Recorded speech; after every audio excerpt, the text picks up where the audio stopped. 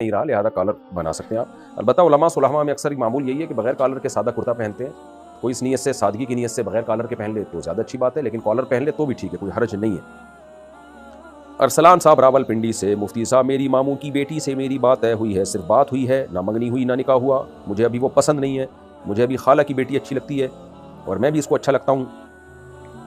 اچھا بھائی، ہم دونوں ایک دوسرے کے ساتھ پیار بھی کرتے ہیں، بھائی کیا کرتے ہو، محبت کرتے ہیں، تو اپنی ماموں کی بیٹی کے ساتھ جو بات ہوئی تھی ختم کرنا چاہتے ہیں، تو اس بارے میں کیا حکم ہے؟ ختم کر دیں بھائی، وہی کوئی بات طے نہیں ہوئی نا، تو ابھی تو بات ابتدائی مرحلے میں تھی، تو ختم کر دیں، اور خام میں اس ماموں کی بیٹی کو دھوکے میں اندھیرے میں نہ رکھیں۔ آپ لڑکیوں کے جذبات سے لڑکے کھیلتے ہیں آج کل، تو آپ اپنی خالہ کی بیٹی پسند ہے تو بس وہاں پیغام بھیج دیں، اور یہ پیار ویار کی باتیں چھوڑ دیں کہ ہم دونوں ایک دوسرے کو پیار کرتے ہیں، محبت کرتے ہیں، چھوڑ دیں یہ باتیں کرنا بھی غلط ہے یہ، بس آپ جائیں پیغام بھیجیں اپنی خالہ کے ابا کو، یعنی خالو کو، ہاں ہو جائے تو ٹھیک ہے، نہیں ہو جائے تو بس پھر دماغ ہٹا دیں یہاں سے۔ پاکستان سے کسی نے پوچھا ہے، میں اپنی پسند سے شادی کرنا چاہتا ہوں، میری عمر 18 سال ہے، میرے گھر والے راضی نہیں ہو رہے، تو مجھے اس صورت میں کیا کرنا چاہیے؟ آپ اپنی پسند سے شادی کرنا چاہتے ہیں تو کر لیں، باقی یہ کہ دو چیزوں کا خیال کریں، شادی آپ کے خرچے پہ ہوگی، گھر والوں پر یہ لازم نہیں ہے کہ وہ اپنے خرچے پہ آپ کی شادی کریں، تو اگر 18 سال میں آپ کی کوئی سورس آف انکم نہیں ہے تو آپ پھر اپنے والدین پر دباؤ نہیں ڈال سکتے کہ میری شادی کریں، محبت سے کہہ سکتے ہیں، مان جائیں تو ٹھیک ہے، نہیں مانے تو آپ فورس نہیں کر سکتے ان کو۔ ایک بات، اگر والدین اپنے خرچے پہ آپ کی شادی کر رہے ہیں تو پھر ظاہر ہے پسند بھی والدین کی ہوگی، وہ والدین بولیں انویسٹمنٹ ہماری اور پسند تمہاری، تو انسان جب اپنے خرچے پہ کوئی کام کرتا ہے تو پھر اپنی مرضی پہ کرتا ہے، ماں باپ کے خرچے پہ کر رہا ہے تو پھر ماں باپ کو آپ کو راضی کرنا پڑے گا۔ ویسے تو میں ماں باپ کو یہی کہتا ہوں کہ والدین اپنے خرچے پہ بھی آپ کی شادی کر رہے ہو تو آپ کی پسند کا خیال کریں، ترغیب تو میں یہی دیتا ہوں، لیکن ظاہر ہے میں زبردستی کیسے کوئی ان پہ کر سکتا ہے، وہ کہتے ہیں ہمارا پیسہ خرچ ہو رہا ہے تو اپنی مرضی سے لا رہا ہے، تو پھر اپنی مرضی سے اپنے خرچے پہ ہوتی ہے شادی۔ اور تیسری بات یہ ہے کہ بہتر یہی ہے کہ جہاں والدین چاہتے ہیں وہاں شادی کریں، بشرطے کہ اس میں کوئی بڑی خرابی نہ ہو، تو لیکن اگر آپ کو والدین کی چاہت پہ بالکل بھی دل مائل نہیں ہے تو پھر ماں باپ کے لیے بہرحال جائز نہیں ہے کہ وہ بیٹے کو زبردستی کسی سے شادی پر مجبور کریں، اگر وہ کرتے ہیں تو پھر گنہگار ہوں گے۔ پاکستان سے کسی نے پوچھا ہے، مسئلہ یہ ہے کہ ایک مسجد بنی ہوئی ہے اور اس مسجد کے پاس میں امام صاحب کے لیے روم بنا ہوا ہے، اور اسی روم میں بیت الخلاء اور باتھ روم بھی ہے، اور یہ کمرہ مسجد کے اگلے حصے میں جہاں اگلی صف ہوتی ہے اس کے قریب میں کمرہ ہے، اور اس کمرے کے بازو میں وضو خانہ ہے، نمازیوں کے لیے باتھ روم وغیرہ ہیں، دریافت یہ کرنا ہے کہ اس روم میں امام صاحب اپنی فیملی کو لے کر رہ سکتے ہیں یا نہیں؟ بھائی وہ روم مسجد سے باہر ہے نا، مسجد کے حدود میں داخل تو نہیں ہے، تو امام صاحب اپنی فیملی کو لے کے وہاں رہ سکتے ہیں۔ البتہ بعض مسجدوں میں نے دیکھا ہے کہ واش روم مسجد کے بالکل ساتھ ہوتا ہے اور دروازہ واش روم کا ڈائریکٹ مسجد کے اندر کھل رہا ہوتا ہے، یہ تو غلط ہے، یہ تو بے ادبی ہے، مسجد کی بدبو آئے گی، اس میں اسمیل آ بھی رہی ہوتی ہے، تو بالکل جو ہے نا جہاں نمازیوں کی جگہ ہے مسجد کی اسی کے ساتھ بیت الخلاء کا دروازہ ہے، اور وہ دروازہ مسجد کے اندر ہی کھل رہا ہوتا ہے، تو کچا پیاز کھا کے آنے کی اجازت نہیں دی جا رہی ہے مسجد میں، اور وہاں اتنی بدبو ہے، پوری پبلک ٹوائلٹ بنایا ہوا ہے اس کو، اور اس کے دروازہ بھی مسجد کے اندر کھل رہا ہے، بہت غلط ہے، تو اس میں یا تو 24 گھنٹے ایگزاسٹ چل رہا ہو جو بدبو کو اس طرف آنے ہی نہ دے، تو اگر ایسا نہیں ہے تو پھر امام صاحب رہ سکتے ہیں اپنی فیملی کے ساتھ، کوئی حرج نہیں ہے، لیکن واش روم کا کسی بھی طرح سے کوئی بھی کھڑکی یا کوئی بھی دروازہ مسجد کی اندر کی طرف نہیں کھلنا چاہیے، یہ شرط ضروری ہے۔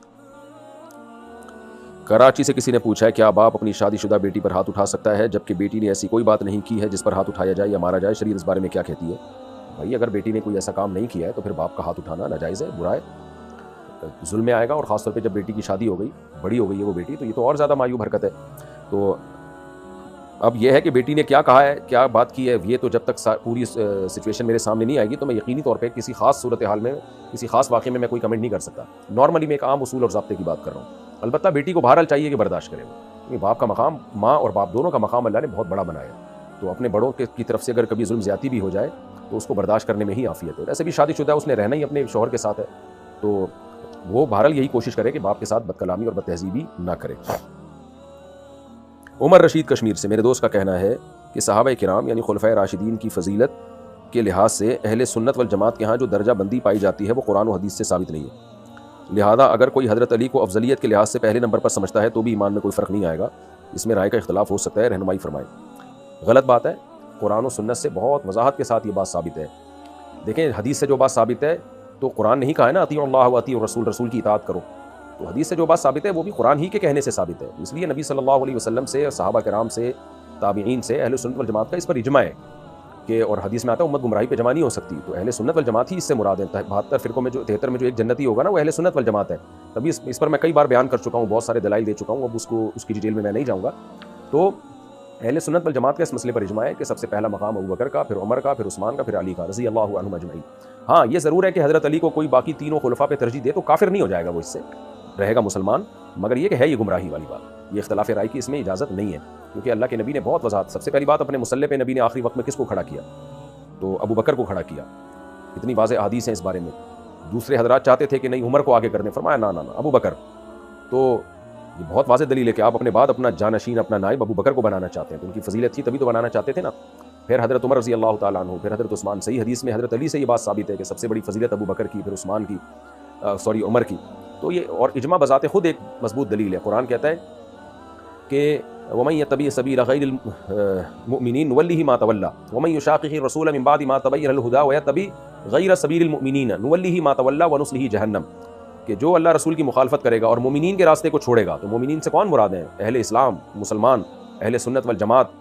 تو جو ان کے راستے کو چھوڑے گا تو جہاں جائے گا ہم اس کو جانے دیں گے۔ اس سے پتہ چلتا ہے کہ آپ کو عامۃ المسلمین کے راستے کو چھوڑنے کی اجازت نہیں ہے۔ تو عامۃ المسلمین جو امت کے سلف خلف چلتے آئے ہیں، ان کا راستہ تو یہی ہے کہ سب سے پہلا مقام ابو بکر کا، پھر عمر کا، پھر عثمان کا، پھر علی کا رضی اللہ عنہم اجمعین۔ البتہ یہ بات ضرور ہے کہ سیدنا علی ابن ابی طالب رضی اللہ تعالیٰ عنہ کے کچھ جزوی فضائل ہیں جو بقیہ اصحاب میں نہیں تھے، جزوی فضائل کے ہم قائل ہیں۔ آپ داماد رسول تھے، آپ جو ہیں نبی صلی اللہ علیہ وسلم سے نسب میں سب سے زیادہ قریب تھے، اور آپ جو ہے شجاع اور بہادری میں دوسرے اصحاب پر آپ کو فضیلت ہے، علم میں دوسرے اصحاب پہ آپ کو فضیلت حاصل ہے۔ مسروق الاجدع بہت بڑے تابعی ہیں، ان کی رائے کے مطابق، وہ حضرت عائشہ کے شاگرد ہیں، ان کی رائے کے مطابق خلفائے راشدین میں سب سے بڑے عالم جو تھے حضرت علی ابن ابی طالب رضی اللہ تعالیٰ عنہ تھے۔ تو یہ جزوی فضائل یقیناً ثابت ہیں سیدنا علی رضی اللہ تعالیٰ عنہ کہ آپ صلی اللہ علیہ وسلم نے فرمایا تمہاری میری نسبت ایسے ہے جیسے موسیٰ کی ہارون سے نسبت تھی، فرق یہ ہے کہ میرے بعد کوئی نبی نہیں ہے، یہ بہت بڑی بات ہے۔ لیکن اس طرح کی فضیلت حضرت عمر کے بارے میں بھی ہے، لو کان بعدی نبی لکان عمر، میرے بعد نبی ہوتا تو عمر ہوتے۔ یہ فضیلت اس جیسی حضرت ابوبکر کے بارے میں بھی ہے، نبی نے فرمایا لو کنت متخذا خلیلا لاتخذت ابا بکر خلیلا، کہ خلیل میں کسی کو بناتا تو ابو بکر کو بناتا۔ خلیل انتہائی گہری دوستی کو کہتے ہیں، تو اللہ کے نبی نے فرمایا میرا خلیل صرف اللہ ہے، اگر اللہ مجھے خلیل بنانے کی اجازت دیتا نا تو ابو بکر کو بناتا، یعنی اللہ کے بعد آپ صلی اللہ علیہ وسلم اپنے لیے کسی کو منتخب کر رہے ہیں تو ابو بکر کو کر رہے ہیں، یہ کتنی بڑی فضیلت ہے۔ تو اس لیے جو ہے اہل سنت والجماعت کا موقف اس بارے میں بہت مضبوط ہے، اور اجماع سب سے بڑی دلیل ہوتی ہے، اجماع امت۔ باقی اس سے کسی ان مسائل میں کسی سے بحث نہ کریں، کوئی اگر کہتا ہے حضرت علی کی فضیلت ہے تو اس کی رائے ہوگی، اس کو چلنے دیں، اس پر آپ اسی رائے کو اختیار کریں جو اجماعی رائے ہے اہل سنت والجماعت کی۔ اگر دعا میں صرف درود شریف پڑھیں تو کیا ساری مرادیں پوری ہو جاتی ہیں؟ کبھی کبھار ایسا کرنا ٹھیک ہے، حدیث سے ثابت ہے کہ اذا یکفی کا ہمو کا او کما قال صلی اللہ علیہ وسلم، ایک صحابی نے فرمایا یا رسول اللہ میں پوری دعا میں درود ہی پڑھوں، تو آپ نے فرمایا یہ تو تمہاری پریشانیوں کے لیے یہی کافی ہو جائے گا، لیکن عام معمول صحابہ کا، تابعین کا، خود نبی کا کیا تھا، بھائی دعائیں مانگتے تھے جو مخصوص دعائیں ہوتی تھیں، تو اس لیے کبھی کبھار اگر کوئی دعا میں صرف درود شریف ہی پڑھ لے اس حدیث کی بیس پہ تو ٹھیک ہے، لیکن عام معمول کیا ہے کہ پہلے اللہ کی حمد و ثنا ہو، پھر درود ہو، پھر اپنی جو بھی آپ نے دعائیں مانگنی ہیں وہ دعائیں الگ الگ دعائیں مانگیں آپ کو۔ میں ایک فاؤنڈیشن سے قرضہ لے رہی ہوں 10 لاکھ روپے، جس سے مکان کی تعمیر کروں گی اور پھر ان کو کرایہ دینا ہوگا اور ساتھ میں قرض بھی واپس کرنا ہوگا قسطوں میں، کیا ایسا کرنا جائز ہے؟ اچھا جی، 10 لاکھ روپے آپ لے رہی ہیں، آپ اس 10 لاکھ سے مکان تعمیر کریں گی، پھر اس مکان کا ان کو آپ کرایہ بھی دیں گی اور قرضہ بھی دیں گی تو قسطوں میں، تو کیا یہ جائز ہوگا؟ دیکھیں جب آپ نے قرضہ لے کے مکان بنایا تو وہ مکان تو آپ کا ہے، تو آپ کس بیس پہ ان کو کرایہ دے رہی ہیں؟ یہ تو سود ہی ہو گیا نا سیدھا سیدھا، کہ قرضہ بھی واپس کر دیا اور کرایہ الگ سے گریوی میں، تو یہ خالص سود ہو گیا۔ تو اس کا طریقہ یہ ہے، اس کا تدبیر یہ ہو سکتی ہے کہ آپ ان سے قرضہ نہ لیں، آپ انویسٹر سے کہیں کہ 10 لاکھ روپے مجھے دیں، میں آپ کے لیے مکان بناتی ہوں، وہ مکان کے مالک آپ ہوگے، اور پھر جو ہے ایک الگ ایگریمنٹ کے تحت اس مکان میں رہنا شروع کر دیں اور ان کو کرایہ دینا شروع کر دیں، ٹھیک ہے نا، ان کو کرایہ دیں، تو مکان کے مالک وہ ہوں گے جو انویسٹر ہیں، مکان کو نقصان ہو گیا، حادثہ ہو گیا، خراب ہو گیا تو ان کا نقصان ہوگا، آپ کا نہیں ہوگا، اس کی ریپیئرنگ وغیرہ بھی ان کے ذمہ ہوگی، آپ کے ذمہ نہیں ہوگی، جیسے کہ مالک مکان اور کرایہ دار کے ایگریمنٹ ہوتا ہے۔ اور پھر بعد میں جب اللہ تعالیٰ آپ کو 10 لاکھ روپے کا آپ کے لیے، یعنی جب آپ کو جو ہے نا انتظام ان کے لیے ہو، یعنی آپ کے لیے 10 لاکھ روپے کا انتظام ہو جائے، تو پھر آپ الگ سے ایک معاہدہ کر لیں کہ بھائی یہ مکان ہم آپ کو بیچ رہے ہیں اتنے لاکھ میں، تو جو انویسٹر ہے اس کو یہ جائز ہوگا کہ 10 لاکھ بھی قیمت لگا سکتا ہے، وہ 15 لاکھ بھی قیمت لگا سکتا ہے، وہ 20 لاکھ بھی لگا سکتا ہے، تو نئے معاہدے کے تحت آپ اس کو مکان بیچ دیں، اس سے مکان خرید لیں، بیچنا نہیں خریدنا، تو آپ نے مکان خرید لیا تو اب وہ آپ کا ہے اور ان کو پیسے واپس مل گئے۔ لیکن یہ دو معاہدے آپس میں مشروط نہیں ہونے چاہیے، یعنی ایسا نہ ہو کہ انویسٹر کہے کہ میں 10 لاکھ میں آپ کو مکان بنا کے دے رہا ہوں، یا آپ 10 لاکھ روپے لیں اور میرے لیے مکان بنائیں، اس شرط کے ساتھ کہ بعد میں آپ نے یہ مکان مجھی سے لازمی آپ نے خریدنا بھی ہے۔ یہ معاہدہ دو آپس میں جب اس طرح ہو جائیں گے یہ جائز نہیں، الگ الگ رکھیں ان کو۔ آسان کر کے دوبارہ سمجھا دیتا ہوں کہ جو آپ نے مسئلہ پوچھا ہے تو بالکل حرام اور ناجائز ہے۔ اس کی جائز صورت یہ ہو سکتی ہے کہ جو 10 لاکھ روپے آپ کو دے رہے ہیں آپ ان سے 10 لاکھ لیں، لیکن قرض کے طور پہ نہیں، آپ ان سے امانت کے طور پہ لیں، وکالت کے طور پہ لیں، اور کہیں کہ اس 10 لاکھ کا ہم آپ کے لیے مکان خرید رہے ہیں، آپ مالک ہو گئے، میں صرف اس میں رہوں گی اور آپ کو کرایہ دوں گی، یہاں تک ہو گیا معاملہ بالکل صاف، پھر آپ اس میں رہنا شروع کریں۔ جب آپ کو خیال آئے کہ بھائی مجھے یہ مکان خرید لینا چاہیے ان سے، تو آپ انویسٹر سے کہیں کہ بھائی 10 لاکھ روپے یا 15 لاکھ یا 20 لاکھ جو بھی طے کر لو، میں آپ کو پیسے دیتی ہوں اور یہ مکان مجھے بیچ دو آپ۔ تو اس وقت ان کی مرضی ہے بیچیں نہ بیچیں، اور 10 لاکھ میں بیچیں یا 20 لاکھ میں بیچیں، تو اگر وہ 10 لاکھ میں بیچ دیں تو اچھی بات ہے، ان کو 10 لاکھ بھی مل گئے اور آپ کو مکان بھی مل گیا اور ان کو کرایہ بھی الگ سے غریبی میں مل گیا۔ تو یہ اس طرح سے جائز ہوگا یہ معاملہ۔ آپ صلی اللہ علیہ وسلم کی کتنی بیٹیاں تھیں؟ پوری امت کا اس پر اجماع ہے، خود شیعوں کی کتابوں میں لکھا ہوا ہے کہ آپ کی 4 بیٹیاں تھیں، اور قرآن سے بھی ثابت ہے کہ آپ کی بیٹیاں 1 سے زیادہ تھیں، بلکہ 2 سے بھی زیادہ۔ قرآن نے بنات کا لفظ استعمال کیا، یا ایھا النبی، سورہ حجاب میں آپ دیکھ لیں، اے نبی قل لازواجک، اپنی بیویوں سے کہیں، تو عربی میں جمع کا لفظ کم سے کم 3 پر اطلاق ہوتا ہے، تو اس سے پتہ چلتا ہے قرآن کی سائز سے آپ کی بیویوں کی تعداد 2 سے زیادہ تھی۔ قل لازواجک وبناتک، اپنی بیٹیوں سے کہیں، تو بنات کا لفظ بھی جمع ہے، تو اس سے پتہ چل رہا ہے کہ 2 سے زیادہ بیٹیاں مراد ہیں یہاں پہ۔ تو ایک بیٹی ہوتی تو بنت کہتے ہیں نا، بنات تھوڑی کہتے۔ آگے اللہ نے فرمایا ونساء المسلمین، اور عام عورتوں سے بھی کہہ دیں۔ یہ اس لیے اللہ نے فرمایا کہ بنات کے لفظ میں کوئی دھوکہ دے سکتا تھا کہ بنات سے امت کی بیٹیاں مراد ہیں، تو اس لیے اللہ نے امت کی بیٹیوں کو الگ سے ذکر کر دیا، یہ بتانے کے لیے کہ بنات سے آپ کی اپنی نسبی بیٹیاں ہی مراد ہیں۔ تو اس آیت سے واضح پتہ چلتا ہے کہ نبی کی بیٹیوں کی تعداد زیادہ تھی، تو ایک صرف حضرت فاطمہ، سیدہ فاطمہ آپ کی بیٹی نہیں تھی، 4 بیٹیاں تھیں آپ کی، جو احادیث سے ثابت ہے۔ میری منکوہا کے گھر والے اگر مجھے کہیں قرآن پر پاک پر ہاتھ رکھ کر کہیں کہ قسم کھاؤ کہ اپنے بہن بھائیوں سے تعلق ختم کر دو گے تو ہم رخصتی دیں گے ورنہ نہیں، تو ایسے لوگوں کا کیا حکم ہے جو قرآن پاک کو بیچ میں لاتے ہیں رشتے توڑوانے کے لیے؟ اللہ ان لوگوں کو کمبختوں کو ہدایت دے، کبیرہ گناہ کے مرتکب ہیں، ٹھیک ہے نا۔ قرآن تو رشتے جوڑنے کا حکم دیتا ہے، قرآن کے ذریعے رشتے توڑوا رہے ہیں کمبخت لوگ، یہی کہہ سکتا ہوں فی الحال میں اس چینل پہ، اس سے زیادہ میں گالیاں دے نہیں سکتا، چینل کے بھی کچھ آداب اور تقاضے ہوتے ہیں۔ شیخ غفران صاحب کہتے ہیں مہاراشٹر سے، میں ایڈوکیٹ ہوں اور ہمیں عدالت میں جج کے سامنے جھکنا پڑتا ہے، کیا کسی کے سامنے جھکنا شریعت میں منع ہے؟ جی بھائی، شریعت میں یہ سجدہ ہی کہلاتا ہے، تو آپ جج صاحب سے اکیلے میں بات کر لیں، کوئی قانون چینج کر لو بھائی، ہماری مذہب میں اس طرح سے جھکنا غلط عمل ہے۔ تو ویسے میں آپ سے گردن تھوڑی سی عزت کے ساتھ ایسے کر کے نہیں، جیسے لوگ یوں کر کے جھکا لیتے ہیں، وہ احترام مقصد ہوتا ہے، سردہ مقصد نہیں ہوتا، تو بس یوں کر کے ہاتھ رکھ لیا کریں، اتنا کافی ہے۔ مان جائے ٹھیک ہے، نہیں مانے تو پھر خود نمٹیں، کیا کرنا ہے۔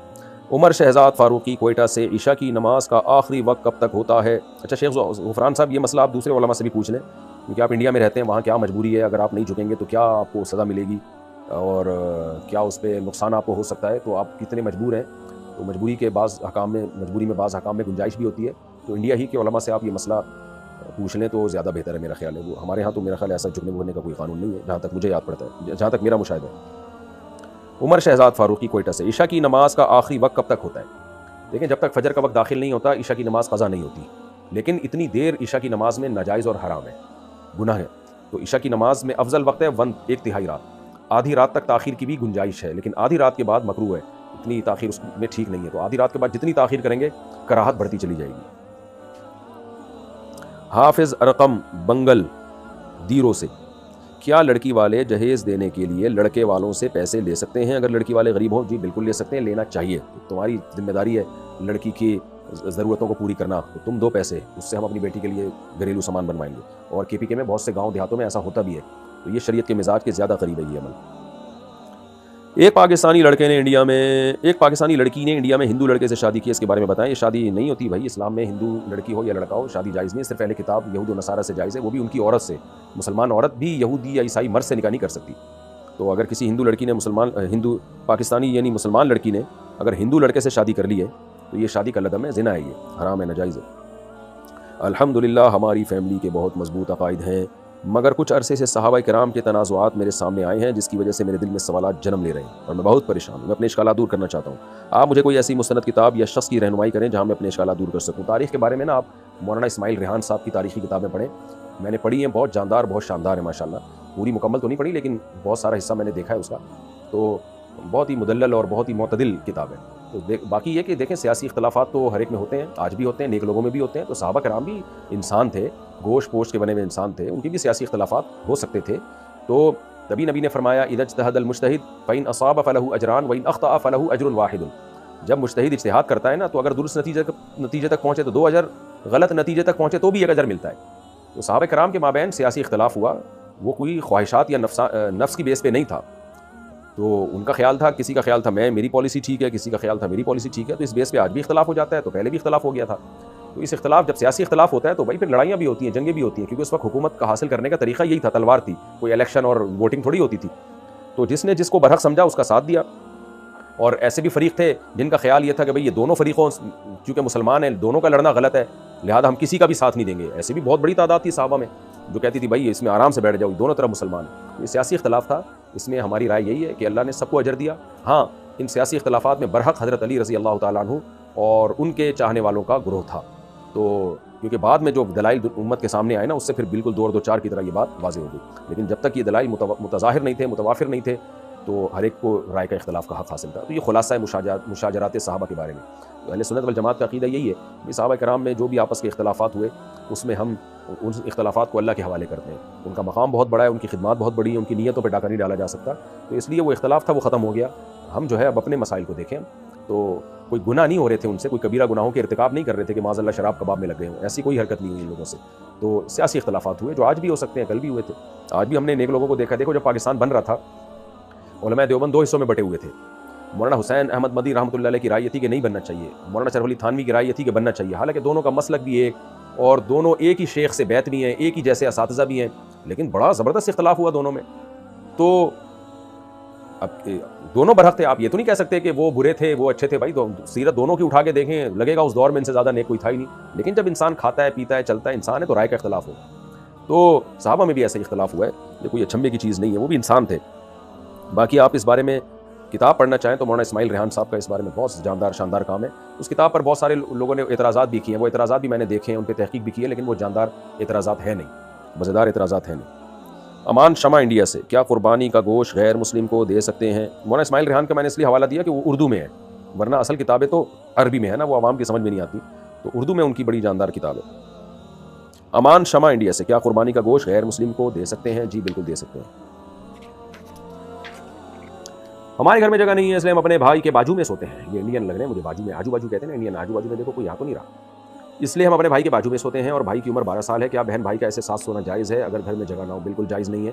12 سال کا لڑکا قریب البلوغ ہوتا ہے اور اس میں بہت زیادہ فتنے میں پڑنے کا اندیشہ ہوتا ہے. 10 سال کے بعد بستر بالکل الگ. جب لڑکا لڑکی 10 سال کے ہو, ایک بستر پہ نہیں سو سکتے وہ. تو آپ جگہ نہیں ہے تو پھر بھی اتنا تو نہیں ہوگا نا کہ اتنی سی جگہ ہو, ایک کمرے میں دو چپک رہے ہوں, کچھ نہ کچھ تو فاصلہ ہو سکتا ہوگا. تو ہوا کا تو راستہ ہوگا ہی نا, تو آپ الگ ہو جائیں جس حد تک الگ ہو سکتی ہیں. تو بہن کے لیے بھائی کے ساتھ اس طرح سونا جائز نہیں ہے. سجاد میر, ایک دوست شادی شدہ ہے, میرا ایک دوست, سجاد صاحب, میرا ایک دوست شادی شدہ ہے, اس کی بیوی کہتی ہے کہ الگ رہو, مگر اس دوست کے والدین بوڑھے ہیں, اس لیے میرا دوست نہیں مانتا. اس بارے میں کیا حکم ہے؟ بالکل صحیح کرتا ہے, بوڑھے والدین کو چھوڑ کے کہاں جائے گا بھائی وہ. مزاحیہ ویڈیوز دیکھنا جائز ہے اگر ان میں میوزک اور کوئی بےہودگی نہ ہو؟ جائز ہے. مجھے اعصابی کمزوری اور کولے کا مسئلہ ہے, اس کے لیے مساج کرانا ہوتا ہے جس میں سطر ظاہر ہوتا ہے, کیا مجھے گناہ ہوگا؟ کوشش کریں مساج اپنے کسی محرم سے کروائیں, یعنی جس کے لیے سطر پہ نظر ڈالنا جائز ہو. ظاہر ہے وہ بیوی کے علاوہ کوئی نہیں ہوتا, لیکن اگر وہ نہیں ہو سکتا, مجبوری ہے اور اس کے علاوہ کوئی علاج نہ ہو, اور مجبوری کے حکام الگ ہوتے ہیں, گنجائش ہے اس میں. لیکن مرد ہے تو مرد سے کرائے مساج, اور عورت ہے تو عورت سے. اگر امام کے ٹخنے ہمیشہ ڈھکے رہتے ہوں تو اس کے پیچھے نماز پڑھ سکتے ہیں؟ نماز تو ہر فاسق فاجر کے پیچھے ہو جاتی ہے, لیکن ایسے شخص کو اپنے اختیار سے امام بنانا جائز نہیں.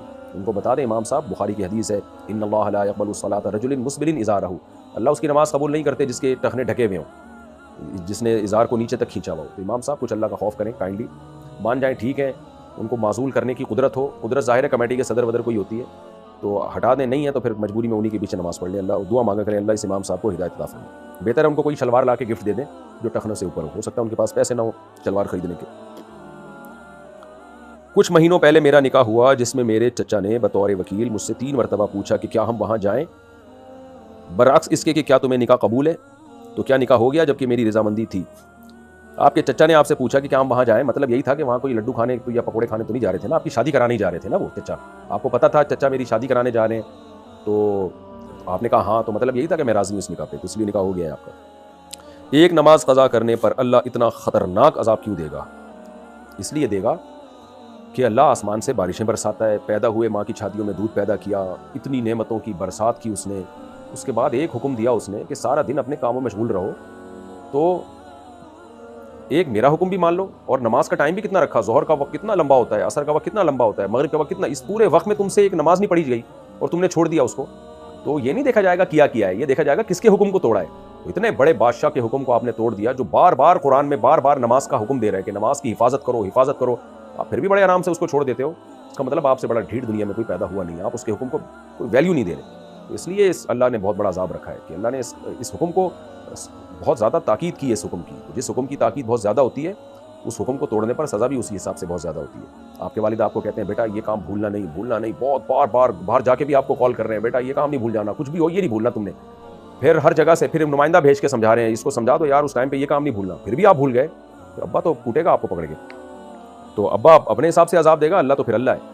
اس لیے نماز کی اہمیت کو سمجھنا چاہیے. نماز اللہ کی نظر میں چھوٹا حکم نہیں ہے. میدان جنگ میں اللہ نے کہا میں نے معاف نہیں کی نماز، اور تم یہاں بستر پہ پڑے پڑے ڈرامہ دیکھتے ہوئے نمازیں گول کر دیتے ہو. میدان جنگ میں لڑ رہے ہو تو تمہیں نماز پڑھنی پڑے گی، تو تم یہاں بیٹھ کے فلم دیکھتے ہوئے ڈرامہ دیکھتے ہوئے گپوں میں نماز قضا کر دو. تو اس لیے پھر اللہ کو غضب آتا ہے نماز قضا کرنے والے پر. باقی وہ جو آتا ہے کہ ایک نماز قضا کرنے پر ایک حقوق جہنم میں جلے گا کروڑوں اربوں سال، وہ حدیث سند کے لحاظ سے ٹھیک نہیں ہے. کیا جمعہ کی نماز بغیر بیان کے ہو جاتی ہے؟ ہمارے یہاں سورہ کہف پڑھ کر نماز پڑھ لیتے ہیں اور بیان نہیں ہوتا. جی بغیر بیان تو ویسی ایک واضح نصیحت کے لیے، اصل تو جمعہ کا خطبہ ہے، خطبہ واجب ہے، تو وہ اگر خطبہ نہیں پڑھا جائے گا نا جمعے میں تو یہ گناہ ہوگا. باقی نماز اس بیان کے بغیر بھی ہو جاتی ہے.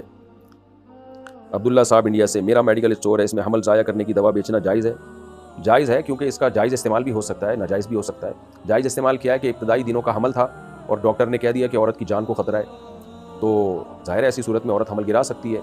تو اگر کوئی اس دوا کا غلط استعمال کر رہا ہے تو وہ اس کا ہیڈک ہے نا. جیسے آپ چھری چاقو کا کاروبار کر سکتے ہیں، اب اس چھری چاقو سے کوئی بندہ مار رہا ہے تو اس کا ہیڈک ہے نا، وہ غلط کر رہا ہے. تو حمل گرانے کی دوا بیچنا بہرحال جائز ہے. آگے پھر کوئی عورت اس کا غلط استعمال کرتی ہے تو وہ خود گناہ گار ہوگی. پھر وہ گوشت سکھا کر کھانا کیسا ہے؟ میرے سسرال میں گوشت سکھا کر کافی لمبے عرصے تک کھایا جاتا ہے، مگر مجھے اس سے بدبو آتی ہے. ظاہر ہے سسرال میں کام ہوا ہے تو بدبو تو آئے گی آپ کو. میں نے بھی سوکھا ہوا گوشت کھایا، ہمیں تو کوئی بدبو نہیں آئی.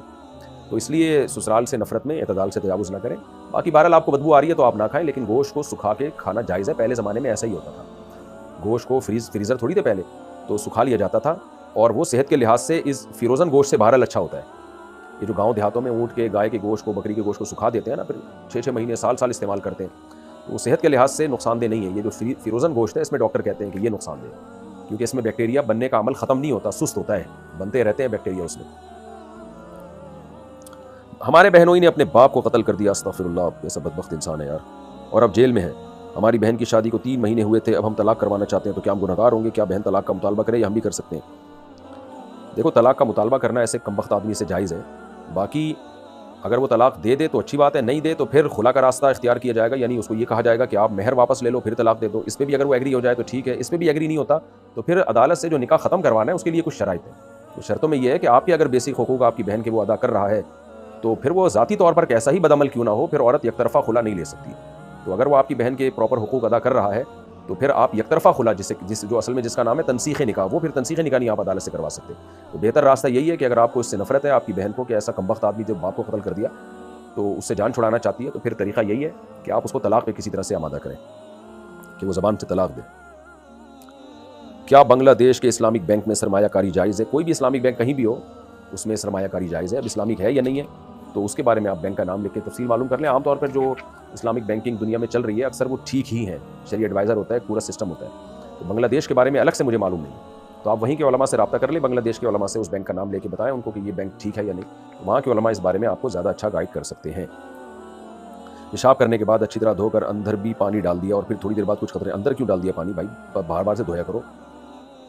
پھر تھوڑی دیر بعد کچھ قطرے نکلے تو کیا سمجھا جائے کہ پیشاب کے قطرے ہیں یا پانی کے؟ پیشاب ہی کے سمجھے جائیں گے، وہ اتنا تکلف کی ضرورت نہیں ہے نا. جب بھی اندر سے کوئی تری آئے گی تو وہ ناپاک ہی سمجھی جائے گی، چاہے پیشاب نہ بھی ہو. تو اس لیے آپ اتنا نہ کیا کریں، اوپر سے پانی ڈالا کریں، اندر پانی گھسیڑنا یہ وہمی ہونے کی دلیل ہے.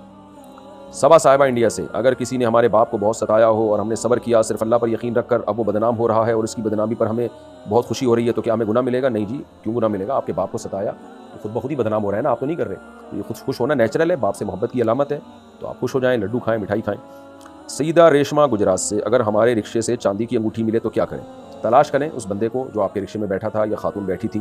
جب بالکل نا امید ہو جائیں تو پھر اس کو صدقہ کر دیں، اور اگر خود زکوٰۃ کے مستحق ہیں، بہت غریب ہیں، تو پھر خود بھی استعمال کر سکتے ہیں اس نیت کے ساتھ کہ مالک آ گیا تو اس کو لوٹائیں گے یا اس کی قیمت لوٹائیں گے. اگر کسی نے اپنے بھائی کو ریال دیے اور اب ریال کے ریٹ بڑھ گئے تو وہ کس ریٹ کے حساب سے واپس کرے گا؟ بڑے ہوئے ریٹ کے حساب سے واپس کرے گا، کیونکہ اس کے ذمہ ریال لوٹانا ہی ہے. تو ریال کو اگر چینج کر رہا ہے تو چینجنگ کے وقت جو ریال کی قیمت ہوگی وہ قیمت دینی پڑے گی.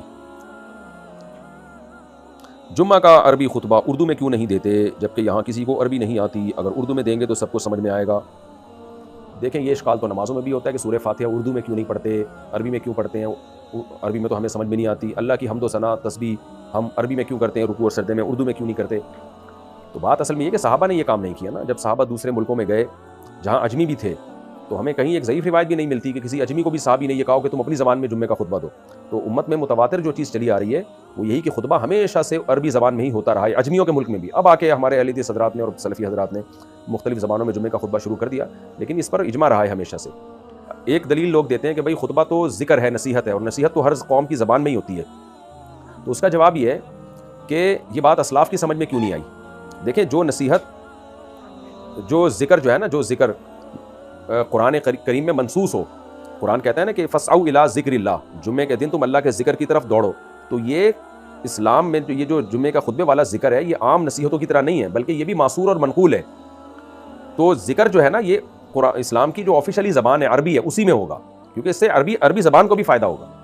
تو اس لیے یہ ذکر ہم عام بھی جب جو ذکر کرتے ہیں وہ بھی عربی میں ہی ہوتا ہے، اردو میں نہیں کر رہے ہوتے. ہم سبحان ربی الاعلیٰ جو ہم نماز میں پڑھتے ہیں، یا عام تسبیحات بھی ہم صبح شام کی جو کر رہے ہوتے ہیں وہ عربی میں ہی کر رہے ہوتے ہیں. اسلام کی سرکاری زبان عربی ہے، تو جتنی اسلام کے سرکاری احکام ہیں وہ عربی میں ہی ہوں گے.